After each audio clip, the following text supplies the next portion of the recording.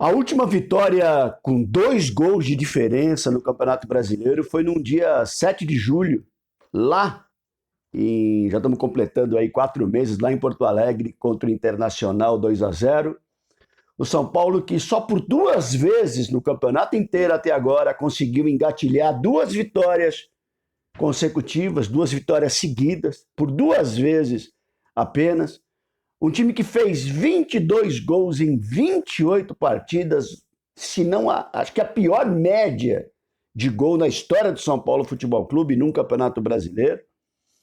Um time que tem 13 empates no campeonato, ou seja, de 39 pontos disputados em empate, o São Paulo conseguiu 13 pontos, apenas um terço. Um time que nesse momento se encontra numa situação que tem à sua frente Cuiabá, Santos, Atlético de Goiás, América Mineiro, Fluminense, e a 4 pontos da zona de rebaixamento.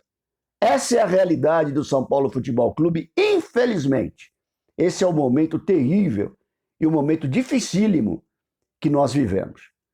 Rony Altieri, São Paulo Raiz na área, para esse bate-papo, esse pré-jogo contra o Internacional de Porto Alegre, 18h30 no Morumbi, domingo com tempo fechado em São Paulo, para variar, né? E em que a gente gera uma expectativa, talvez não tão gigante, até porque a necessidade é muito maior do que outra coisa nesse momento. A necessidade da vitória, fundamental para aquilo que o São Paulo almeja. Eu não vou dizer mais nem em termos de Libertadores, vocês me conhecem, eu tenho exigido, eu tenho cobrado o São Paulo com relação aos seus dirigentes, é claro, e os seus jogadores, e a sua comissão técnica, com relação ao São Paulo chegar à Libertadores, mais como uma necessidade de receita do que propriamente como uma necessidade técnica. 2022 promete ser terrível para o São Paulo, com a ausência de receitas que são fundamentais para a vida, né? Para a saúde das instituições. E cada vez mais a gente se vê torcendo para outros times aí. Ontem à noite eu me peguei largando pizza para ficar em desespero nos 5 minutos finais de Juventude Bahia, para você ver o que vive nesse momento o torcedor tricolor. Pois é, meus irmãos, estamos na luta, estamos na ansiedade, estamos na expectativa, e eu tenho certeza que todos vocês estão também, por esse momento dificílimo que a gente vive. E que São Paulo encontrar hoje no Morumbi? Que São Paulo que a gente vai encontrar? Que São Paulo que a gente vai ver? O São Paulo que a gente viu contra o Curica, né? Que apesar de não ter desenvolvido um grande futebol, de alguma maneira conseguiu a vitória e os 3 pontos que são mais importantes que tudo. Nesse momento não é hora nem de pensar em jogar bem. Só que o São Paulo não joga bem e apanha. Contra o Curica a gente jogou razoavelmente bem, né? O pessoal fala da atitude, teve vontade. Agora o pacote vontade, o pacote atitude, a gente passa no mercado e compra, né? Serve como um acessório ao clube. É um negócio absurdo o que a gente vê ultimamente. Mas um time que teve um comportamento que deve ter sempre os jogadores que vestem a camisa do São Paulo, né? Mas que infelizmente a gente vê raramente e que às vezes chega a fazer a gente acreditar até na possibilidade do time melhorar, mas depois na sequência a gente tem um jogo como... mas jogou bem contra o Bragantino. Vá a merda que jogou bem. Eu tô de saco cheio do jogou bem. Eu quero ponto, eu preciso de ponto. A instituição precisa de ponto. O São Paulo precisa de ponto. O São Paulo precisa jogar bem nesse momento. Nesse momento é ponto que precisa, né? Mas se jogar bem é melhor, claro que sim. Entre jogar bem nesse momento e entre ganhar, o que a gente prefere? Tenho certeza que é ganhar e fazer 3 pontos. Rogério Ceni aí teve a semana inteira para dar treinamento para os jogadores, para arrumar jogador, para arrumar posição. Que não me invente Pablo, hein, Mito? Que não me invente Pablo, hein, Mito? Nem jogando e nem quando chegar 20 minutos do segundo tempo, ver o Pablo aquecendo e você chamar o Pablo para entrar. Pelo amor de Deus, não faça isso. Não faça isso. Chega de Pablo, chega de Vitor Bueno, porque a gente sabe que com esses jogadores a gente não pode contar nunca. E a história do São Paulo recente já diz isso. E os treinadores resolveram morrer abraçados com esses caras. Pior, que esses caras continuam vivos e os treinadores que ficam lambendo a bunda desses caras aí acabam perdendo emprego. Espero que você não caia nessa, viu, Mito? apesar de você ter colocado ele para jogar, deu mais um ano de contrato para ele, deu bônus, deu gatilho, deu cacete para esse cara continuar infernizando a vida do torcedor São Paulino. E o diretor também é responsável, hein?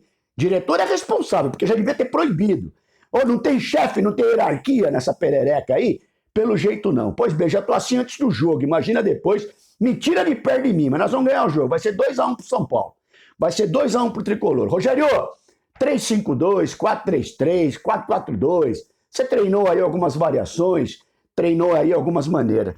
Ô Rogério, o 3-5-2 está sepultado com esse elenco. Você pode até vislumbrar um 3-5-2 pro ano que vem, eu não sei. Assim, com o Igor Vinícius não dá para jogar. Ah, mas é 3-5-2 os alas, porque o Muricy jogou com os alas, porque o Otuori jogou com... Gente, olha os alas que a gente tinha para jogar e olha os alas que a gente tem hoje, né? O Reinaldo encosta em barranco pro mundo acabar e o Igor Vinícius barra Orejuela, que os dois juntos é a mesma porcaria, né? Então a gente não sabe. Então, assim, a gente não tem jogador para compor 3-5-2. Nós precisamos sim de uma defesa estabelecida e Arboleda e Miranda ali tem dado conta do recado de alguma maneira.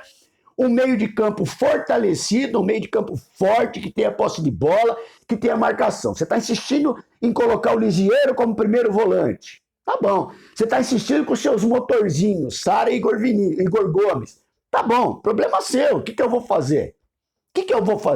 Eu não sou treinador do São Paulo, não ganho para isso, né?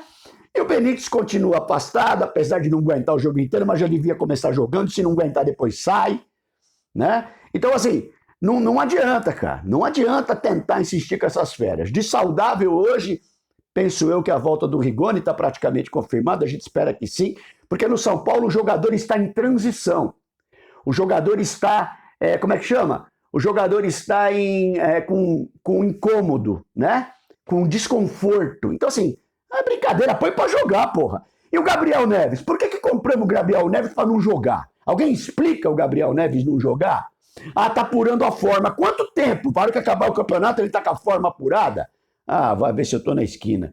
Enfim, o Rogério tem uma série de possibilidades de formação e a gente espera, e a gente torce demais, até porque a gente precisa que ele acerte a formação adequada, pegando o Internacional esfacelado, o Internacional desfalcado, de vários jogadores, inclusive com o olho no Grenal da semana que vem, que eles querem acabar com o Grêmio, né? O jogo do São Paulo, acho que para eles está até em segundo plano. Os caras não querem nem se machucar contra o São Paulo para poder pegar o Grêmio. Pois bem, então a chance, o prato está feito mais uma vez para a gente comer. Mais uma vez o prato está pronto. Prato pronto com o Ceará no Morumbi, a gente não ganha. Prato pronto com o Cuiabá no Morumbi, a gente não ganha. Prato pronto com o Juventude, a gente não ganha. Prato pronto com o Chapecoense. Os pratos vêm para a mesa, esfria e a gente não come. Essa é a realidade do São Paulo, infelizmente. E esse é um momento difícil e terrível que a gente vive. Tem que acordar, viu, gente? O pessoal está em muita gente no mundo de Nárnia. Muita gente no mundo de Nárnia. Contratações, o São Paulo. E você prefere Gatito Fernandes, enquanto nós estamos indo para o buraco. Então, assim, tem que ter atenção nesse momento. A prioridade é esse momento. Não adianta vir com nuvem de fumaça, né? Não adianta vir com bode expiatório, não adianta vir com um monte de coisa que não tem nada a ver com esse momento terrível que o São Paulo vive. A concentração total tem que ser nesse momento. É 3 pontos ou nada.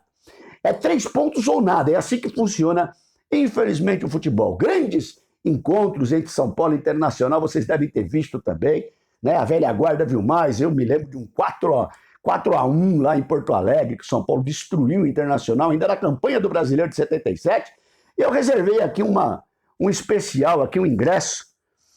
São Paulo Internacional, 1985, estreia de Paulo Roberto Falcão, o rei de Roma no São Paulo. Tem gente que não sabe nem que o Falcão jogou no São Paulo. Ah, o Falcão do futsal, ele jogou também, mas nós estamos falando do rei de Roma, campeão paulista 85 com o São Paulo Futebol Clube. Enfim, relata aí, mostra pra gente aí também qual foi o seu grande São Paulo Internacional. Ultimamente nós tomamos 5 naquelas palhaçadinhas do Dani Alves. Naquela palhaçadinha do Dani Alves de tocar a bola e olhar de lado, a gente tomou 5 no Morumbi. Enfim, 2-1 para o São Paulo hoje não se discute mais, né? 2-1 para o São Paulo hoje para a gente fechar e partir, pelo menos para fugir desse Z4. Tamo junto, gente. Depois do jogo a gente volta. Rony Altieri, São Paulo, Raiz na área. Um abraço.